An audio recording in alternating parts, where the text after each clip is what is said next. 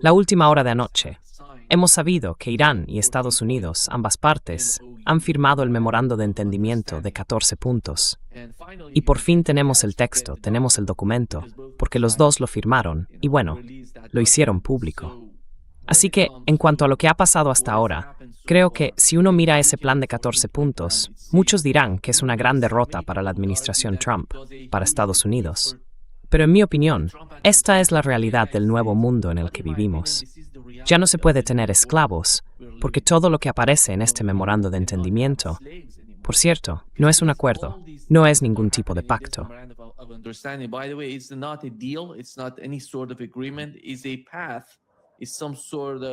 Es un camino, es, digamos, una especie de punto de partida para que las dos partes se reúnan y hablen.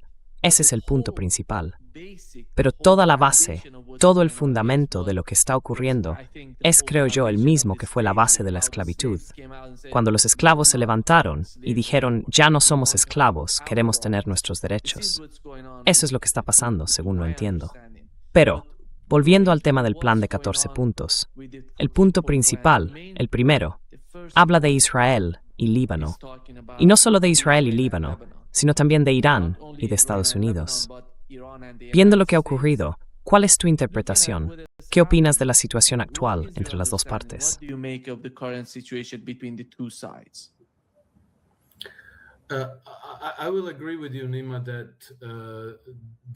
Estoy de acuerdo contigo, Nima, en que esto es simplemente un reflejo de la realidad. No hubo una victoria militar, y eso es lo que hizo que toda esta guerra fuera tan difícil de entender. ¿Por qué demonios decidió Donald Trump atacar a Irán junto con los israelíes? Tú y yo hablamos hasta quizá 1 o 2 semanas antes de la guerra, cuando ya se veía venir. Yo decía, no hay manera, nadie puede ser tan tonto.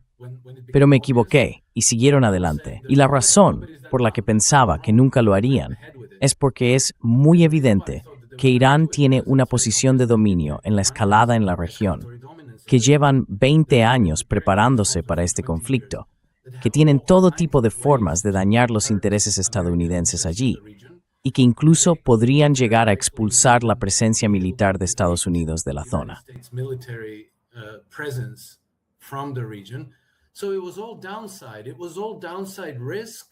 Así que todo eran desventajas, todo era riesgo a la baja, con beneficios solo para Israel.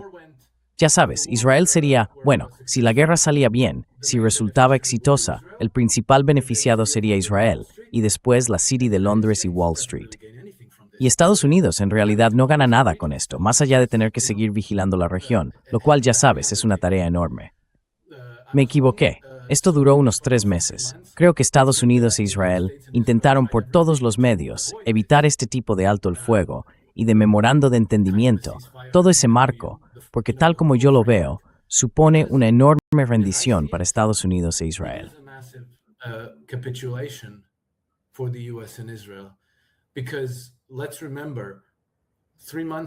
Porque recordemos que hace 3 meses Trump hablaba de una rendición incondicional, exigía una rendición incondicional. Iba a nombrar al nuevo líder espiritual y al nuevo gobierno de Irán. Iban a tomar el control del estrecho de Hormuz. Iban a hacerse con los recursos petroleros iraníes. Iban a privar a Irán de su programa balístico, su principal elemento de disuasión defensiva. Y ahora están levantando el bloqueo naval. Están permitiendo que Irán vuelva a exportar petróleo.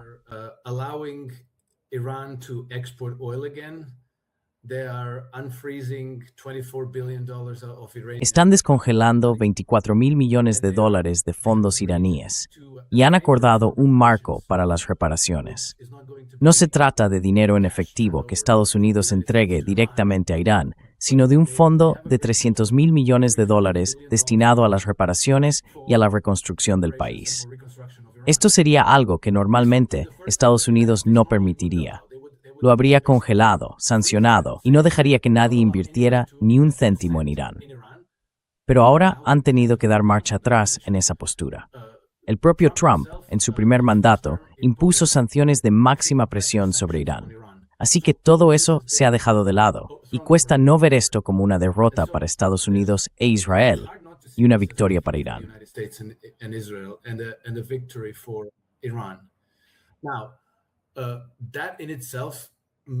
Eso en sí mismo hace que todo el asunto resulte un poco sospechoso, porque quién sabe, quizá vayan a usar ese periodo de 60 días, ese alto el fuego de 60 días, para prepararse para, ya sabes, el próximo ataque a Irán.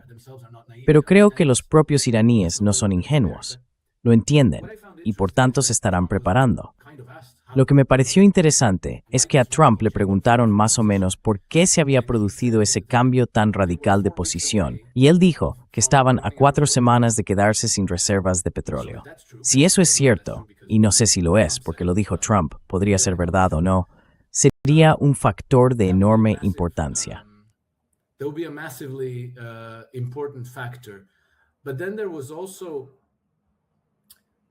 Pero también hubo una declaración que llegó desde Israel, difundida por Al-Mayadeen. El excomandante de la Marina israelí dijo lo siguiente. Voy a citar sus palabras, las leo del texto en inglés de Al-Mayadeen. Cito, hemos visto lo que pueden hacer incluso ataques limitados con misiles iraníes. Los daños aquí en Israel son enormes, enormes. Una parte importante de esos daños no es visible para nosotros, y no somos conscientes de ella debido a la censura militar. Así que Irán ha sido muy eficaz al atacar bases y objetivos militares de Estados Unidos y de Israel. Y creo que esto ha sorprendido tanto a los estadounidenses como a los israelíes, porque esos ataques fueron extremadamente precisos y extremadamente destructivos.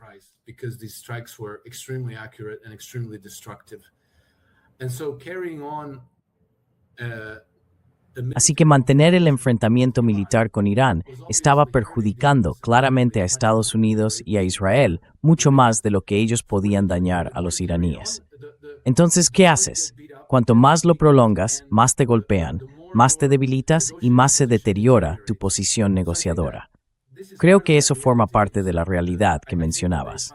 Creo que se dieron cuenta por las malas del dominio militar de Irán, de su poder militar y de su capacidad de escalada. Y en ese punto no hay nada que hacer, salvo que quieras recurrir a las armas nucleares.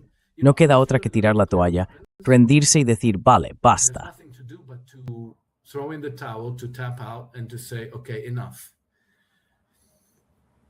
Yeah. I think Iran has never been one of the, major geopolitical issues for the establishment in the United States. They wanted to manage Iran since the revolution has happened by using Israel, by using GCC countries. But that's why I think the case of the use of nuclear weapon, that's going to be the ultimate, for the ultimate enemy, for the ultimate cause. Porque la razón principal, recordemos lo que ha pasado con la política exterior de Estados Unidos durante muchos años, es otra. Hace poco escuchamos a Anthony Blinken, a Hillary Clinton.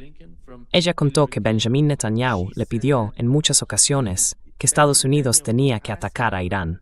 Many times that the United States has to attack Iran. They have to do this and that. That's going to help the United States in the region. Tenemos que hacer esto y aquello.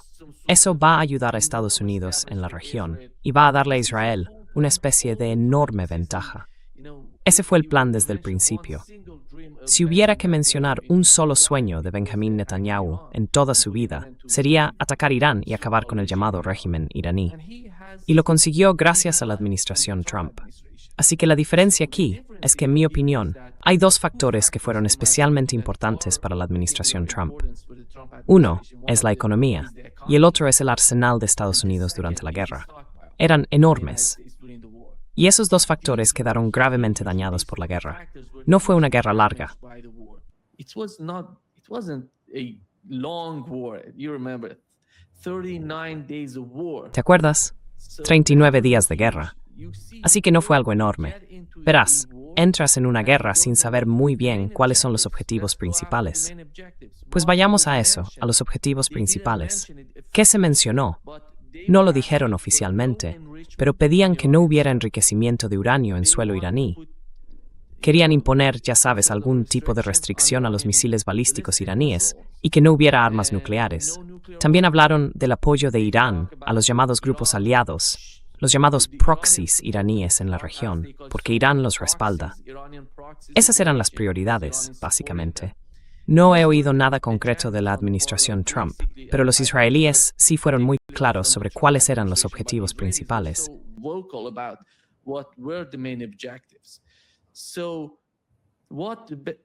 Así que Benjamin Netanyahu quería vender esa idea.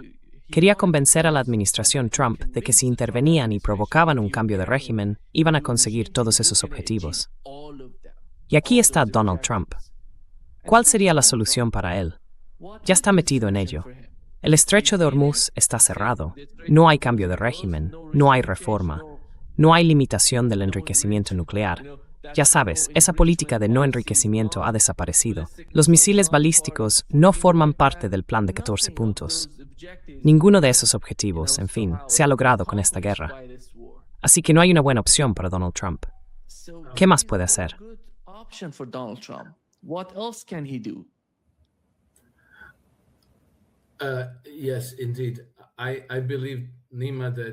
Sí, efectivamente. Creo, Nima, que Trump probablemente ya ha tenido suficiente. Quiere salir de esto. Al principio yo era muy escéptico con respecto a esa supuesta enemistad entre Trump y Netanyahu, pero parece que es real. Y se nota por las reacciones de Israel y de los partidarios de Israel, que están casi histéricos con este asunto. Quiero decir, ahora se consuelan hablando de una posible guerra con Turquía o con Egipto. Ya sabes, necesitan consolarse de alguna manera. Al fin y al cabo, lo único que saben hacer es matar y destruir. Así que supongo que si no se les permite ir a matar y destruir en Irán o en Líbano, pues entonces Turquía tendrá que servir. Es una completa locura. Por eso pensé que creo que este es un momento muy, muy esperanzador.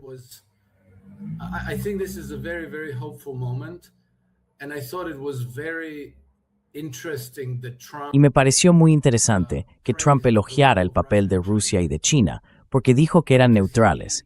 Yo no estoy tan seguro de que lo sean. En realidad son prácticamente aliados de Irán, ¿no? Han proporcionado información de inteligencia a los iraníes, les han dado radares, imágenes por satélite, creo que también ciertos tipos de sistemas antiaéreos y antimisiles balísticos y cosas por el estilo. Así que, desde luego, no son precisamente neutrales. Pero él les dio ese reconocimiento, lo que me hace pensar que quizá ha habido un cierto nivel de coordinación entre la parte estadounidense y los rusos y los chinos. Y eso siempre me hace recordar lo que dijo Sergei Karaganov hace unos meses.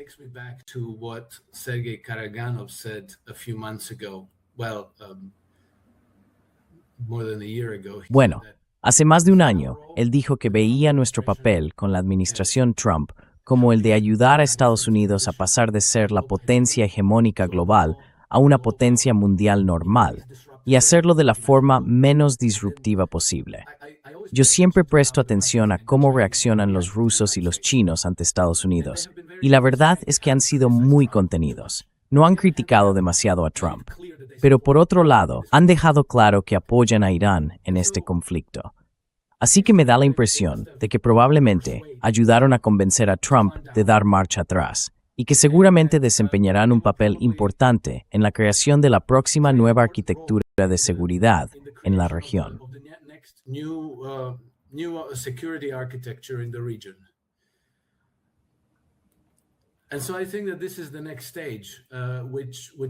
Creo que esta es la siguiente fase, que dependerá de si los israelíes o los intereses sionistas consiguen sabotear las negociaciones de paz o si intentan de nuevo asesinar a líderes iraníes. Creo que esa es la razón por la que el documento no se firmó en Ginebra, sino de forma virtual. Tanto Pezeshkian como Trump firmaron copias físicas reales, pero Trump estaba en Versalles, lo cual es interesante, y Pezeshkian estaba en Teherán. Así que nadie tuvo que viajar, porque quién sabe, si Pezeshkian hubiera ido a Ginebra, quién sabe si habría vuelto.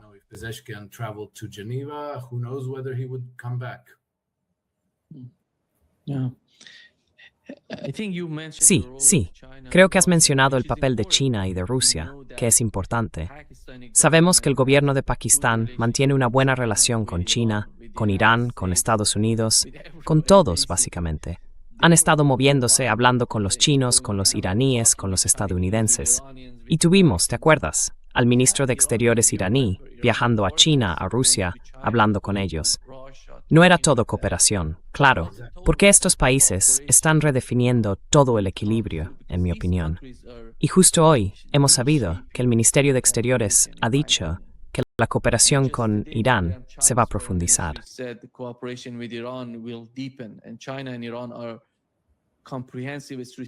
China e Irán son socios estratégicos integrales y van a seguir avanzando en esa asociación estratégica. Se habla de unos $400.000 millones y están profundizando esa relación. Así que todo, creo yo, se está reconfigurando. Y Donald Trump, ¿cómo ves la forma en que la administración Trump percibe eso? ¿O cómo está reaccionando ante ello? Porque si miramos al G7 y a la cumbre del G7, ¿cuál es tu percepción hoy? Él llega a la reunión y dice, yo soy el jefe, estoy aquí, y se sienta. Dice, yo soy el jefe, pero cuando se ríe, cuando sonríe después, sabe que esas cosas ya no existen, porque el mundo ha cambiado de alguna manera.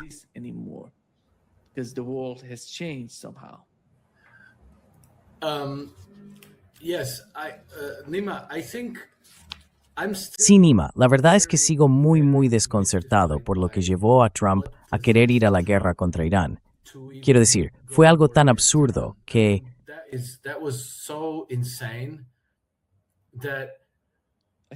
Creo que esta guerra va a quedar en la historia de Estados Unidos. Sí.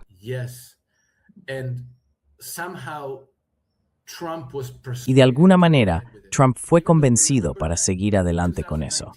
Aunque recordemos que en 2019 hubo una gran presión sobre él para ir a la guerra contra Irán, y dijo que no. Y aquello fue un gran escándalo en su momento. Fue hace bastante tiempo, pero sí, fue un escándalo importante, así que entonces supo que no debía hacerlo, pero ahora sí lo hizo. Algo pasó. No lo sé, quizá nunca sepamos qué fue lo que ocurrió. Pero bueno, al menos por lo que escuchamos del propio Trump y de Marco Rubio, fueron a la guerra en beneficio de Israel. Los israelíes los arrastraron a ello. Vale, supongamos que eso es cierto. Si la influencia israelí fue el rasgo determinante de esta guerra, entonces Trump debe de sentirse muy enfadado, porque si fuera así, lo habrían engañado.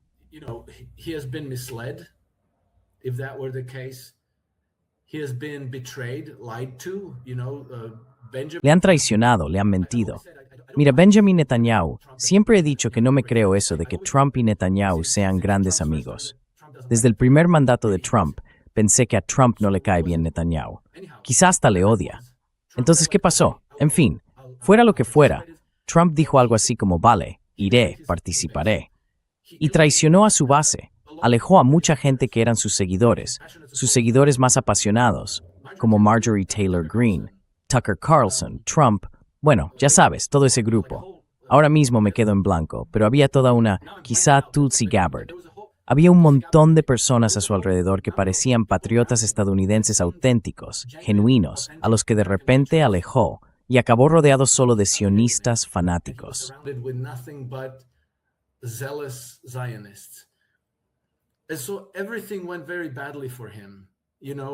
Así que todo le salió muy mal, ya sabes, unos meses antes de las elecciones de mitad de mandato. Así que debe de estar furioso con los israelíes, con Benjamin Netanyahu, con toda esa camarilla sionista que le rodea. Según los testimonios de Tucker Carlson, él sabe que esa gente en realidad tampoco le aprecia, que le odian y que le han manipulado.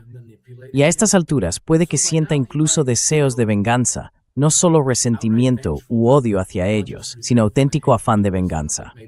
Y al mismo tiempo, ya sabes, los chinos, los rusos, ellos se han contenido, han sido constructivos, han sido amistosos.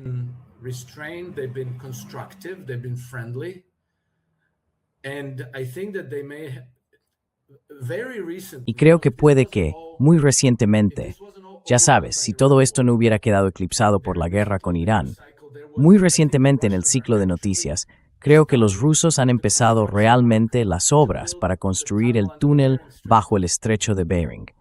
Así que los rusos no están soltando ese espíritu de Alaska. Siguen dando prioridad a las relaciones con Estados Unidos.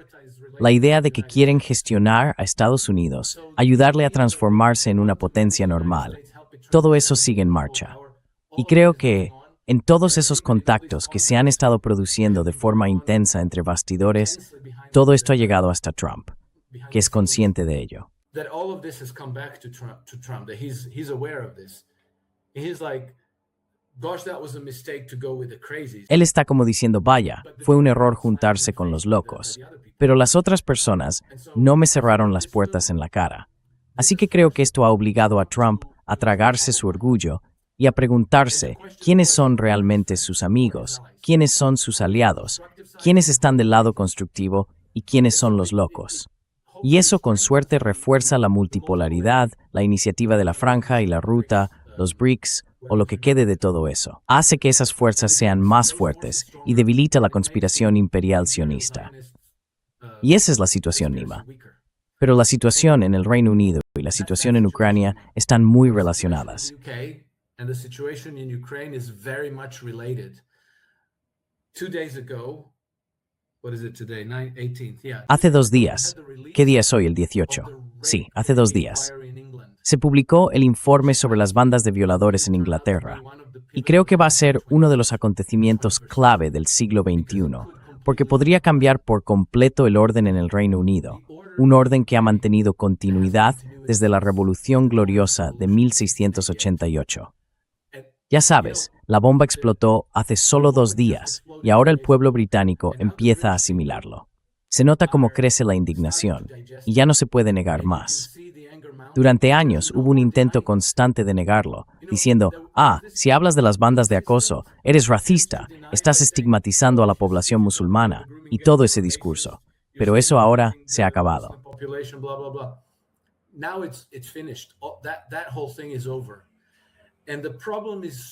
Todo eso ya se ha acabado, y el problema es muy profundo, muy profundo. Atraviesa prácticamente todo el sistema británico, porque el encubrimiento lo dirigieron 2 primeros ministros, Gordon Brown y Keir Starmer. Los medios tradicionales no dijeron nada en 2 días. La familia real tampoco dijo nada en 2 días. Creo que el pueblo británico está a punto de estallar de rabia. ¿Y qué pasó?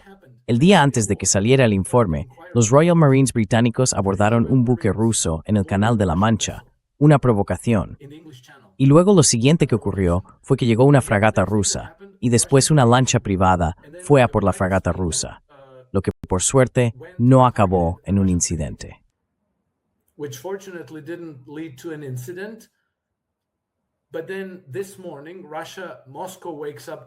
Pero esta mañana Rusia, Moscú, se despierta con escenas prácticamente apocalípticas del mayor ataque con drones ucranianos hasta ahora. El horizonte de Moscú está cubierto de humo negro.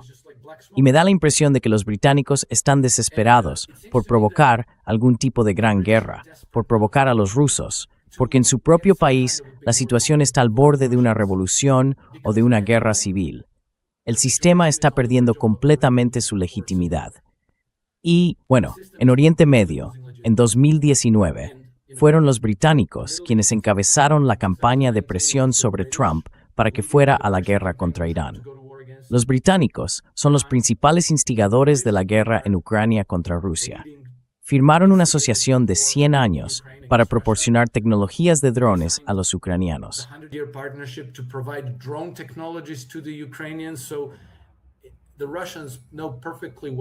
Así que los rusos saben perfectamente que son los británicos quienes están detrás de toda esta guerra de drones contra ellos. Y a estas alturas, los británicos ni siquiera se molestan en ocultarlo, porque quieren que los rusos reaccionen y empiecen una guerra mayor, para desviar la atención de los problemas internos y dirigir la ira de la gente hacia un enemigo externo. Me da la impresión de que todo está encajando y que este proceso debe de ser evidente para Trump. Y él tiene que decidir de qué lado está, porque si estás del lado de Israel, estás del lado del imperio global, y entonces estás en contra de Rusia, de China, de Irán y de los demás.